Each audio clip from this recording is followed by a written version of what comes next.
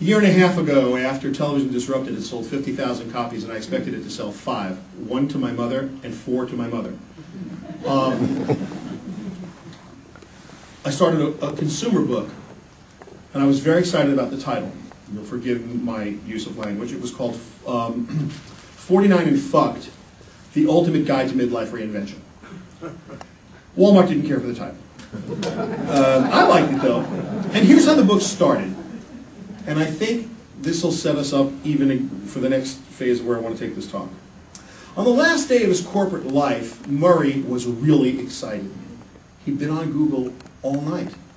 He had been on the internet all night. He knew how to use the internet. He was an internet monster now. He got to the conference room with more than enough confidence to cover this meeting, to find the room filled with people already, and Spike, the body-pierced and tattooed IT director of 23 long years, sitting on the corner of the table talking to his boss. Spike says, "Hey, Murr, good to see you, man. What's the URL of that site you were so excited about last night?" And Murray begins, http://www. At that moment, Murray was 49 and fucked. When you open your mouth, if you tell people what you don't know, you're in serious trouble.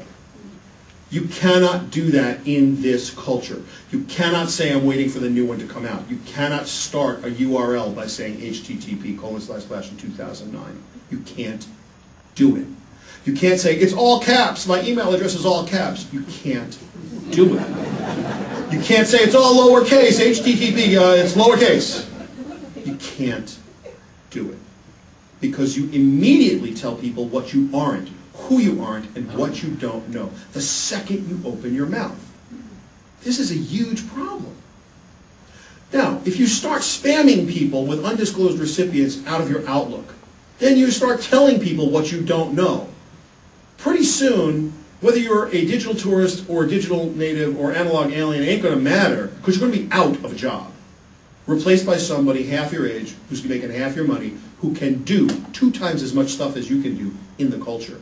Because in the culture is what is about to happen. So how do you use Facebook? Let's talk about that for a second. Facebook is going to be used exactly the same way you guys all got together outside. You're going to look for people that you actually think you might have something in common with, or that you might actually want something from. It's okay to build a relationship based on need. Most marriage counselors will tell you that marriages for money always last. Marriages for love, not so much. So if you need something from somebody, you can go right out there and say, "Hey, you know what? I have something I need from you." That at least is honest. They could say, "You know what? I need something too, but I'm not going to deal." But at least you're out front with it. Because honesty is a critical component of being in the culture. Critical component of being in the culture.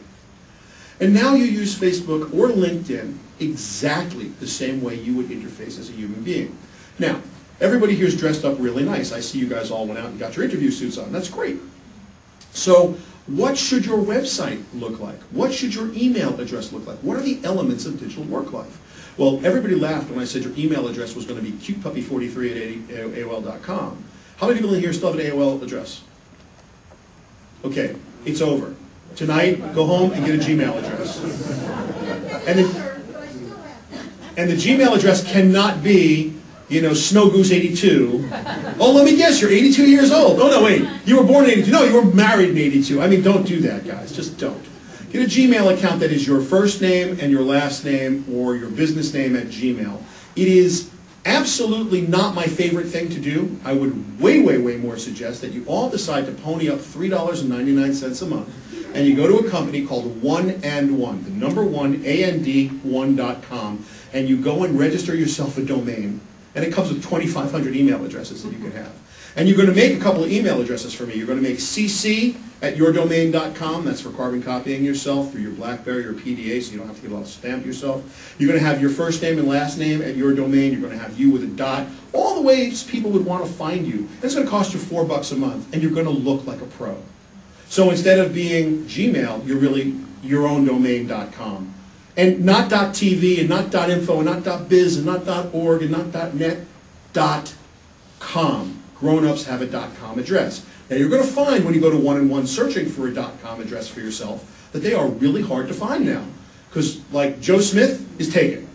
Joseph Smith, taken. Smith Joseph. Joseph Smith, smithing. It's all taken. You're going to have to come up with a clever permutation of your business name. But you'll find, and it cannot be 70 characters long. And it can't have a dash in it. And it can't have an underscore in it. It's just going to be a couple of words. Your domain, you.com. And what it says to absolutely everybody, whether you own the business or whether you're out interviewing, it says that you're in the culture. Completely, 100% immersed in the culture. Your Gmail account, you're going to use for your private, personal communication with people who do not do business with you and vice versa.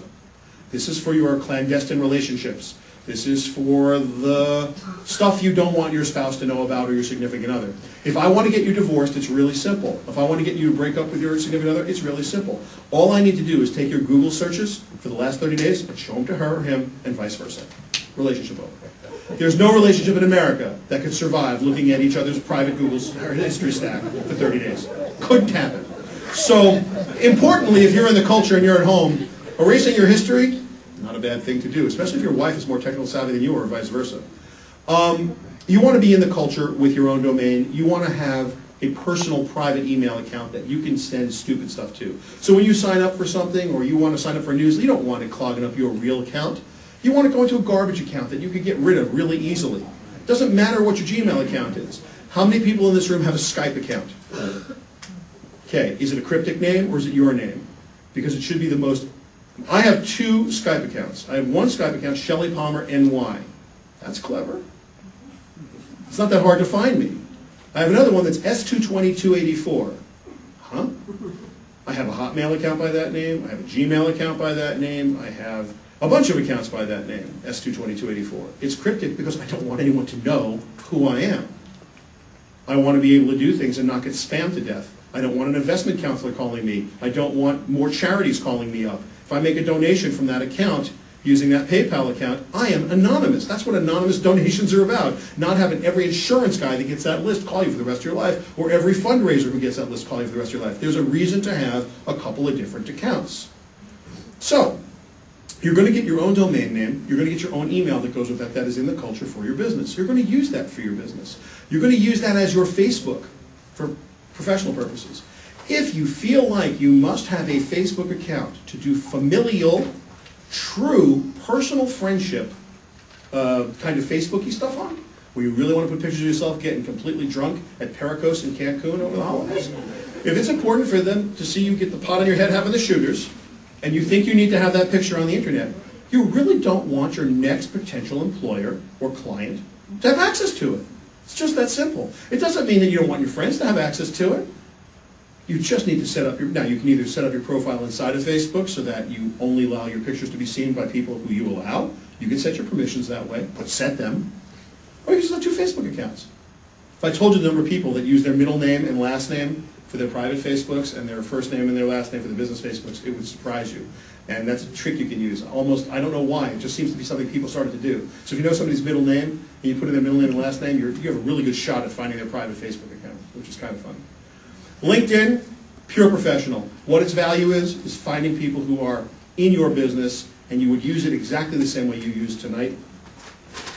Now let's talk about Twitter for a minute, and let's talk about tweeting and being in the culture that way.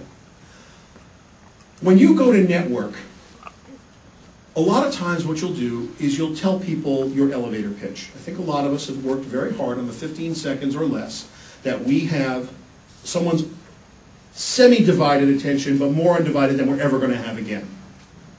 Hi, I'm, Eric Stratton, damn glad to meet you. I mean, that's, now, someone in this room saw Animal House. Raise your hand if you saw Animal House. And you didn't think the Eric Stratton line was funny? You guys are killing me.